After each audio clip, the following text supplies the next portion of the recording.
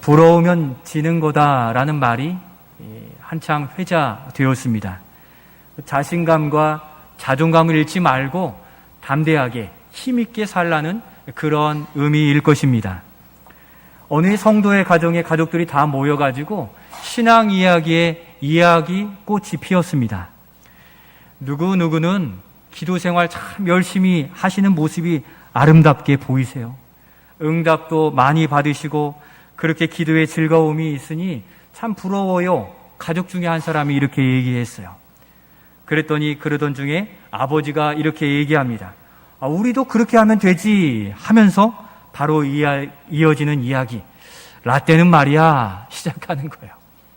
지난 날에 했던 이야기들을 돌이켜 라떼는 말이야 시작하는 걸 여러분들 아실 텐데 라떼는 말이야 청년 때 새벽에 눈 떠지면 교회 와서 바로 기도하고 한 번 앉으면 일어설 줄 모를 만큼 기도했단다 이렇게 얘기했더니 그래요 하면서 이 아버지를 쳐다보는 가족들의 눈빛에서 이 아버지가 깨달은 게 있다는 겁니다. 그때는 그렇게 열심히 했는데 지금은 아닌 자신을 그때서야 보게 된 거예요. 라떼는 했더니 지금은 아니라는 거죠. 여러분은 어떻습니까? 라떼입니까? 지금입니까? 바로 라떼 하기보다 지금 우리 자신의 현재가 주님과 더 가깝고 주님의 은혜에 충만한 삶이 되어지시기를 예수님의 이름으로 축원드립니다. 이분이 그분을 굉장히 부러워하고 계시대요. 그분이 되시기를 바랍니다. 성도의 신앙생활은 바로 하나님의 은혜로 시작이 되었습니다. 그런데 시간이 지나면서 그 불타던 신앙도 무디어지고 또 묻어내지게 될 때가 있습니다. 또 신앙생활을 하면서 겪는 그 어려움으로 인해서 그 뜨거운 믿음의 생활이 식어지기도 하게 되는 것입니다.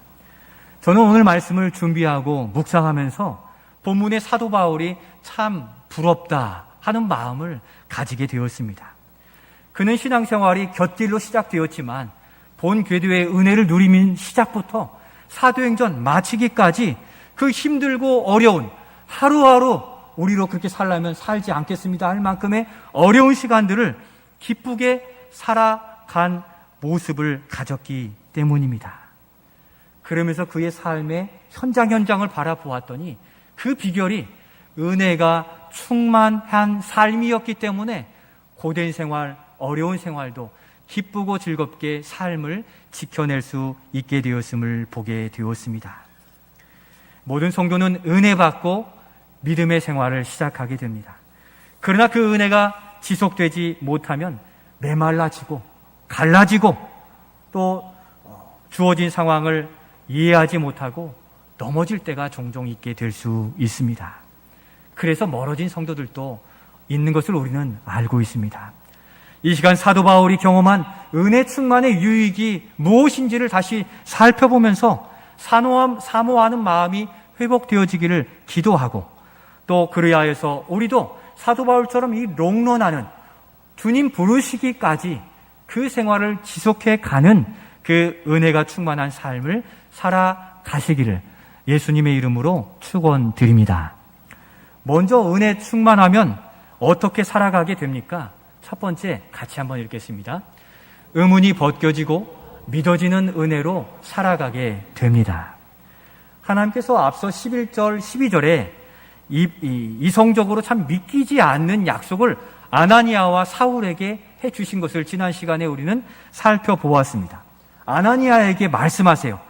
내가 직가에 가면 하고 있는 사울을 만날 것인데 그에게 안수하면 그 멀었던 눈이 떠지게 될 것이다 라고 말씀하시면서 그 사울도 내가 와서 안수해주면 나을 것을 눈뜰 것을 믿는 믿음으로 기도하고 있을 것이다 라고 약속해 주셨습니다. 가라 하는 주님의 말씀. 지난 시간에 살펴보았어도 아나니아가 사울이 위협적으로 달려들기 때문에 주저했는데 우리가 읽은 17절의 말씀에서 가라 하시는 말씀에 순복하여 나아가게 되어서 사울아 내가 오는 길에 만난 예수께서 나를 보내어 너로 다시 보게 하시겠다 하시니 성령으로 충만하시게 하신다 선포하니까 그때 무슨 일이 일어났습니까? 우리 18절로 19절 같이 한번 읽겠습니다. 즉시 사울의 눈에서 비늘 같은 것이 벗어져 다시 보게 된지라. 일어나 세례를 받고 음식을 먹음에 강건하여 지니라. 아멘. 안수하자 즉시 눈에서 비늘 같은 것이 벗어지면서 못 보던 눈이 다시 보게 되었다는 것입니다. 실제로 이러한 역사가 일어난 줄로 믿습니다. 우리의 삶 속에서도 이 같은 역사가 얼마든지 나타나게 되는 줄로 믿습니다. 머리로는 이해가 안 되잖아요. 여러분, 눈이 안 보이면 어디에 가야 되죠? 안과나 병원에 가야 돼요. 그런데 이때 의사에게 가라 하지 않고 이 성경을 쓴 그 저자도 누굽니까? 의사였잖아요. 누가? 의사에게 가지 않고 성령으로 기도하여 안수 받으라. 그러면 나을 것이다 약속하셨다는 거죠. 머리로는 이해가 안 돼요. 이성적으로 과학적으로 증명이 안 되지만 하나님은 이 일을 통하여 사도 바울의 눈을 뜨게 하시고 영적인 세계의 시작을 알리도록 그와 같이 역사해 주셨다는 사실입니다. 하나님의 은혜가 충만해지면 의문과 의심이 벗어지게 되는 것입니다. 이미 그렇게 하시겠다 하신 그 약속을 믿고 이 사울은 기다리고 아나니아는 나아갔습니다. 그들이 눈을 뜨게 될 것을 100% 믿고 갔겠습니까? 어떠했겠습니까? 그들도 사람의 성정을 가졌기 때문에 기도는 하고 있는데 마음의 불안과 또 의문과 원망이 들었을 수도 있습니다. 아나니아 가서 안수했는데 안 나오면 어떻게 돼요? 망신당하잖아요. 성경에 기록하니까 그냥 된 것처럼 보이지만 이 안에 있는 믿음의 사람들은 하나님을 그렇게 의지하면서 정말 될까? 그 궁금한 의문을 가지고 나아갈 수밖에 없었습니다. 그러나 사울은 아나니아가 오기까지 무엇하고 있었다고 했습니까? 기도하고 있었다. 무슨 말씀입니까? 그가 의심하지 않고 의문은 가졌지만 반드시 이루어질 것에 대한 소망을 가지고 기도하고 지켜내었다는 것입니다. 또한 아나니아 입장에서 보면 어떻습니까? 말씀드린 대로 하나님의 명령과 약속에 의심을 품었더라면 그는 망신당하는 그 자리에 가지 않고 자신의 생각대로 다른 곳에 갔을 것이 분명했을 것입니다. 그러나 의문은 가질 수 있지만 주께서 말씀하시니 믿음으로 나아가 사울의 눈을 뜨게 하는 역사의 장본인이 되게 되었다는 것입니다. 그 은혜가 쌓이고 쌓여서 더욱 굳센 믿음에 선 아나니아가 될 수 있었습니다. 바로 은혜는 하나님의 약속을 끝까지 믿고 기다리는 자에게 부어지게 되는 줄로 믿습니다. 여러분 포기하지 마십시오. 주님을 끝까지 의지하시기를 바랍니다. 은혜는 우리의 믿음을 더욱 강화시키고 또 단단하게 만드는 하나님의 방법이에요. 우리가 과거에 받은 은혜가 쌓이고 쌓여 오늘 또 주실 것을 믿는 믿음에 이르게 되어 하나님을 신뢰하게 만드는 것입니다. 성도 여러분, 제가 의심이라는 단어와 의문이라는 단어를 사용했지만 구별하여 사용했습니다. 의심과 의문은 다르기 때문이에요. 의문은 어떻게 이루어질 것에 대한 궁금증이에요. 약간의 낮은 확신인데 이 의심은 이게 이루어지지 않을 것이라는 부정적인 것에 대한 강한 확신이에요. 의심은 안 될 거야 라는 것에 대한 이쪽으로 치우친 의미를 포함하고 있다는 것입니다. 하나님의 약속을 기다린 사울은 의문을 가질 수 있으나 의심하지는 않았다는 겁니다. 끝까지 기도했던 것이 증명해주고 있다 말씀드렸습니다. 성도 여러분, 우리의 삶에 우리가 이해할 수 없는 어려움과 또 고난과 질고와 어려움과 막혀있음을 경험할 이러한 시기를 겪고 있습니다. 이러한 일들로 하나님은 역사하시지 않아. 안 될 것 같다. 이런 의심을 가질 것이 아니라 언제 어떻게 이루어질지를 끝까지 기도하는 의문은 품을 수 있으나 의심하지 않는 믿음 위에 서고 기도하는 우리가 될 수 있기를 소원합니다. 하나님 약속을 반드시 이루시는 하나님이시기 때문이에요. 이스라엘 백성 출애굽기 묵상하는데 광야 여정에 어떻게 했습니까? 홍해 바다가 갈라지고 마른 땅을 건너는 눈으로 본 구원의 역사를 본 이스라엘 백성들. 그런데 광야에 라암셋에 출발해 시내산에 가는 그 여정 안에서 보면 조금만 가면 불평이요, 조금만 어려움 속에서 원망이요, 하나님을 의심하고 안 될 거야.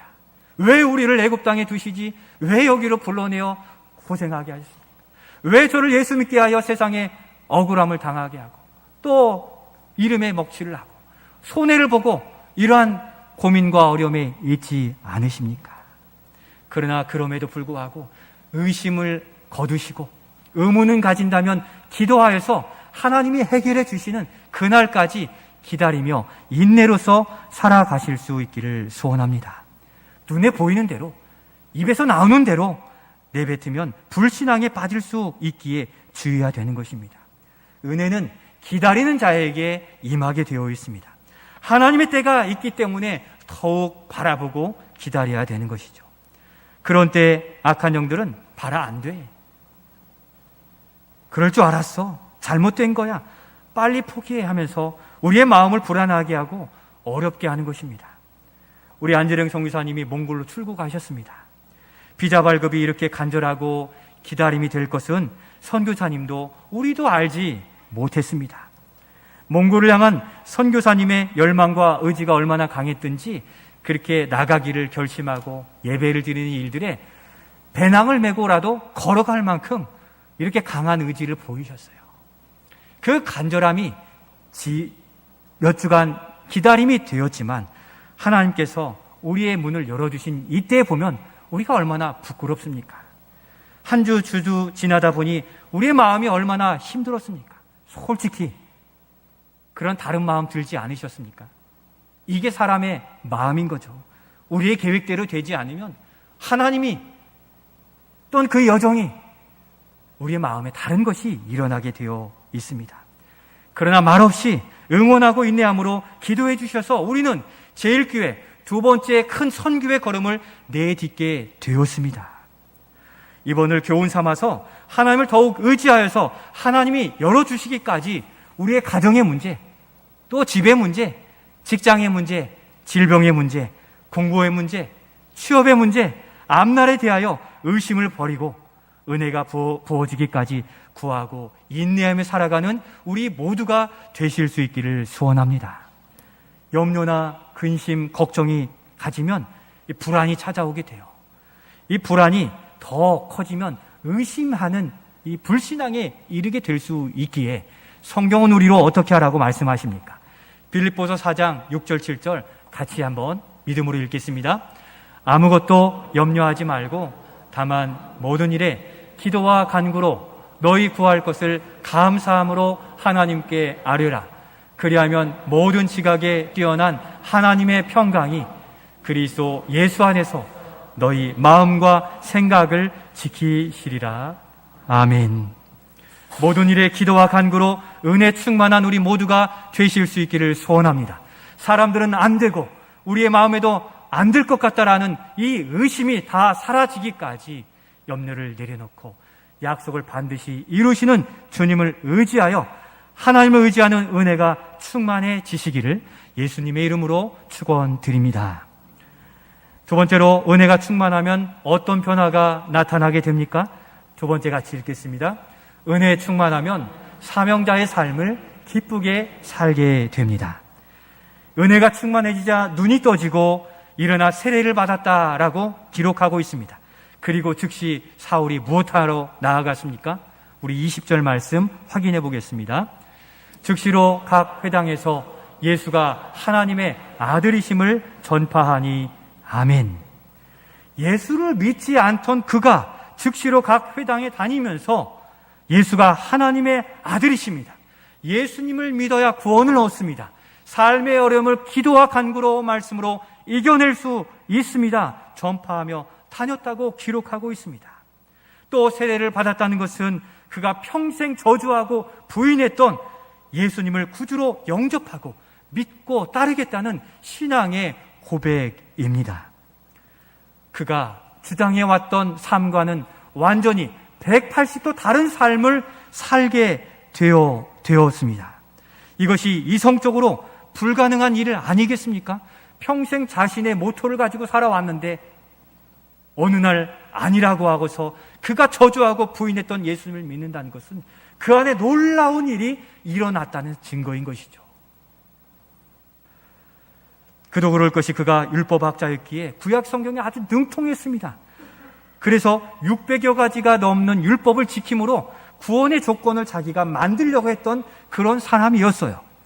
그리고 예수는 천국의 삶을 시도하다가 실패한 한 인간에 불과하다고 주장해서 다른 메시아를 기다렸던 그 사람이었는데, 그러나 믿어지는 은혜가 부어지게 되자 그가 가진 잘못된, 거짓된, 또 구원에 이를 수 없는 모든 지식들을 다 배설물로 여기면서 그의 마음이 녹아지고 은혜 충만하여서 예수 그리스도를 구주로 고백하게 된 것입니다.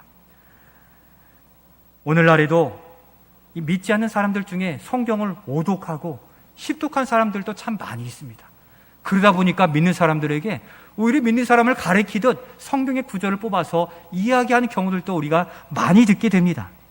그러나 정작 성경의 구원의 주체이신 예수 그리스도를 메시아로 믿지 못하고 또 하나님의 사랑으로 받아들이지 못하는 그러한 어두움 가운데 여전히 처한 모습들을 보게 됩니다. 자신의 죄를 사해 주신 그 은혜를 받지 않았기 때문에 믿어지지 않는 것입니다. 우리도 이 성경이 머리로 이해하고 과학적 증거로 해명하려면 됩니까? 안 되는 거예요. 그런데 이 성경을 왜 우리가 믿을 수 있습니까? 하나님의 은혜가 우리 안에 부어졌기 때문인 줄로 믿습니다. 우리의 눈이 아니라 성령의 눈으로, 하나님의 마음으로 읽혀질 때 성경은 무한한 하나님의 은혜요, 우리의 인생을 보장해 주시는, 천국까지 약속해 주신 보화 중에 보화가 되는 것입니다. 한 사람의 도덕 분자처럼 교훈과 또 이 좋은 도덕률을 제공해 주는 이 한 인간으로만 바라보는 이 세상 앞에 우리는 이 예수 그리스도가 천국까지 우리를 인도하시며 이 땅에서 목자로 인도하시는 주님이심이 믿어지는 그 은혜가 우리 안에 있으니 이것이 우리 안에 성령이 충만한 증거인 줄로 믿습니다. 하나님께서 우리 안에 감동하시고 우리 안에 큰 일을 행하신 증거인 줄로 믿습니다. 이것이 오늘 우리 시대에 감사할 이유인 것이죠. 우리가 어려우면 어려울수록 우리를 택해 주시고 구원해 주신 그 은혜를 곱씹고 곱씹으면서 거기에서 위로를 받고 힘있게 살아가게 되는 겁니다. 그런데 이 사울, 하나님의 은혜가 충만하게 부어지니까 예수님의 하나님의 아들이요, 우리 죄를 용서해 주신 구원자이심을 전할 정도로 깨달아지고 믿어지게 된 것입니다. 하나님의 은혜로만 믿어지는 구원의 진리, 바로 오늘 여기 있고 살아계신 주님이 우리의 심령을 위로하시고 만지시며 우리의 예배를 받으심을 믿으시며 전심으로 경청하시고 예배하시고 결단하시며 은혜를 사모하는 우리가 될 수 있기를 소원합니다. 사울 자신도 자신 안에 있던 이성과 지식과 의지가 다 무너졌어요. 자신도 죄인인데 남을 탓하고 같이 옥에 잡아 가두는 자신을 보며 사함받을 수 없는 이 절망을 그가 깨닫게 된 것입니다. 그 죄, 예수님께서 용서해 주심을 믿고 세례받고 주님을 따르는 제자의 삶에 즉시로 나아가게 된 것입니다. 혹시라도 머리로만 또 이성적으로만 합리적으로만 성경을 읽고 이해되는 것만 믿으려 했던 분 계십니까? 여기는 이해되지 않으니 아니야, 뒤로 제쳐두신 분 계십니까? 이 시간에 믿어지는 은혜를 우리 주께서 충만하게 부어주시기를 예수님의 이름으로 축원드립니다. 이 일은 우리가 아무리 설득하고 감동을 주어도 일어날 수 없는 일이에요. 오직 하나님이 그 심령에 임하였을 때에만 진리가 깨달아지고 예수님이 우리의 구세주가 되시고 인생의 목자가 되심을 믿어지는 것인데, 이 시간 은혜가 충만히 임하여 예수 그리스도를 믿는 깊어진 믿음으로 더욱 깊어지는 우리가 될 수 있기를 소원하는 것입니다. 그 은혜가 충만하게 부어지니 곧 그 받은 은혜를 감당할 수 없으니 즉시로 사명의 자리로 나아간 것입니다.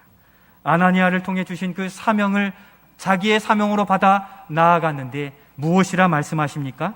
우리 15절 말씀을 같이 읽겠습니다.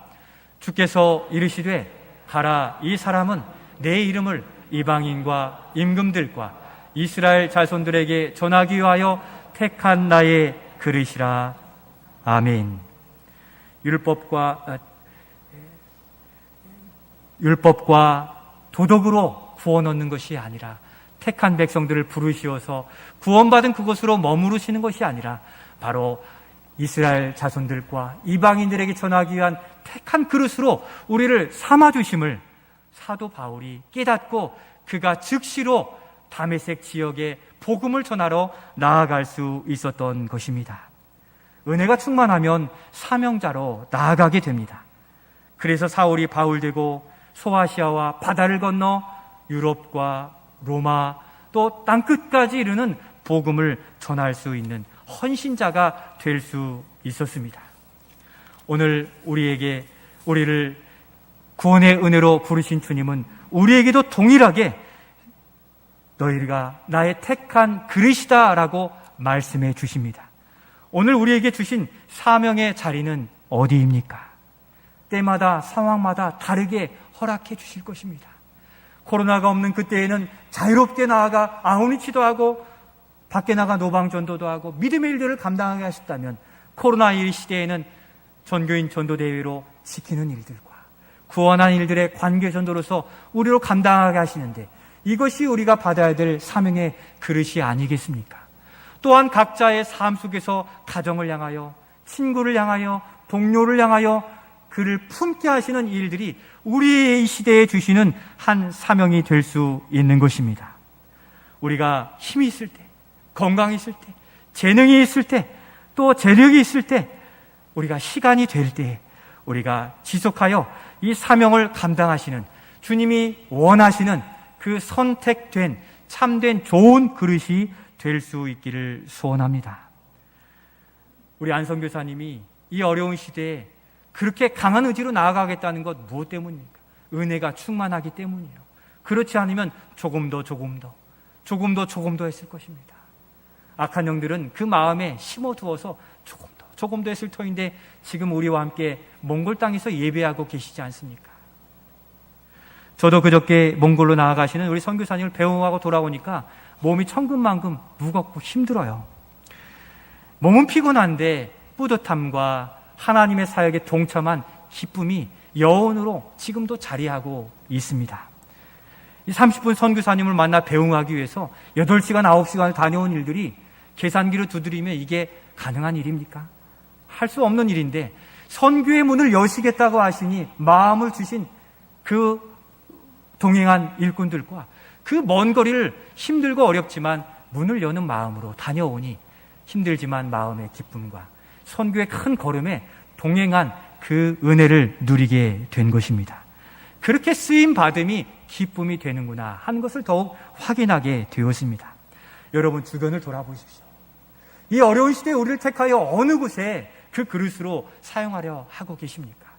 이 시대에 나에게 주신 재능과 또 시간과 건강과 여러 은사들을 어디에 쓰시기를 원하십니까?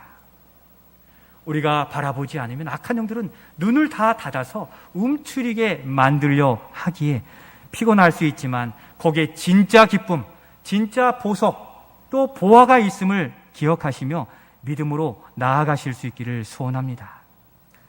어느 장로님이 후배 장로님에게 이렇게 얘기했다고 저에게 얘기하는 대화를 이야기해 주셨어요. 하나님께서 자네와 나를 이 제일교회로 부르신 이유가 무엇이겠나? 이 시대의 구원의 방주로서 우리 교회를 제대로 세워가기 위해서 부르지 않았겠는가? 우리 함께 교회를 세워가게나, 이렇게 이야기를 했다고 해요. 우리가 교회에 불러 예배드리고 사는 이유가 무엇인지를 분명히 확인할 때 우리는 주저함 없이 우리의 삶을 헌신하여 기쁨으로 감당할 수 있습니다. 우리의 삶에 주어진 그 그릇에 채워야 될 게 무엇이 있습니까? 세상의 것이 어느새 모르게 들어왔더라면 은혜 충만하시기를 구하시길 바랍니다. 은혜가 충만하여 세상의 것이 다 나아가고 하나님이 우리에게 기대하시는 바 그 은혜가 채워져서 우리의 삶을 믿음으로 열어갈 수 있어야 되는 것입니다. 성도 여러분, 은혜 받고 열정적인 우리입니다. 주께서 택하신 좋은 그릇들입니다. 어느새 혹시라도 무디어지고 느슨해진 부분이 있습니까? 또 여러분의 삶은 누구를 위해 고단하고 수고하고 있습니까? 여러분의 그릇에 무엇을 채워가고 있습니까? 우리는 은혜 아니면 살 수가 없습니다. 채워진 게 세상에 오시면 썩은 내가 나고 나중엔 다 사라질 것인데, 오늘도 다시 은혜의 충만을 간구하시며 우리 안에 하나님의 신령한 은혜가 채워지고 주시는 사명이 즐거움으로 자리 잡을 수 있도록 은혜 충만을 구하시며 이번 한 주도 믿음으로 승리하시는 우리 모두가 되시기를 예수님의 이름으로 축원드립니다.